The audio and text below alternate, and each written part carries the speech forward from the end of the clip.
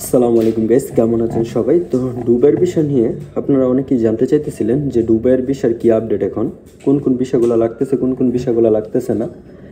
তো এই বিষয় সম্পর্কে জানার জন্য আমি গতকালকে আমি সেন্টার যাই এবং আমি সেন্টার গিয়ে যে কথাগুলো জানি, যে তথ্যগুলো জানতে পারি, সেই তথ্যগুলোর সাথে আসলে ইউটিউবের মধ্যে যারা ভিডিও বানাইতেছে তাদের সাথে কোনো মিল পাইতেছি না।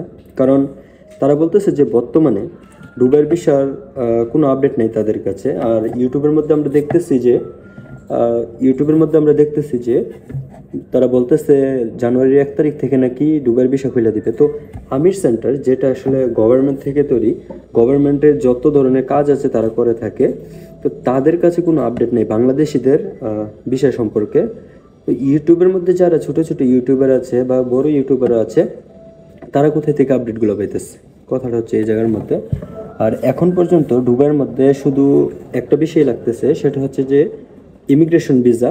ওইটাও আবার আপনার কাছে যদি অ্যাটাস্টেবল সার্টিফিকেট থাকে, ডিগ্রি পাসের সার্টিফিকেট থাকে, তাহলে আপনি লাগাইতে পারবেন, তারা বলতেছে এটা আর কি।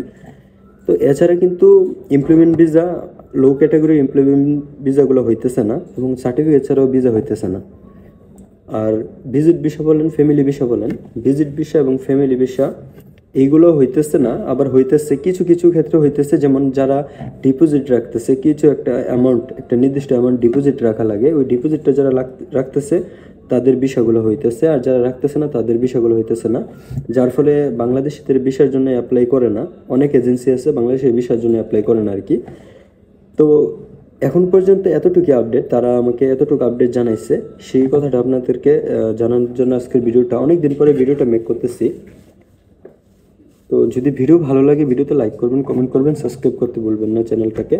আর আপনারা কোন বিষয়ে জানতে চান সেই বিষয়ে আপনাদেরকে ভিডিওর মাধ্যমে জানানোর চেষ্টা করবেন। আসসালামু আলাইকুম।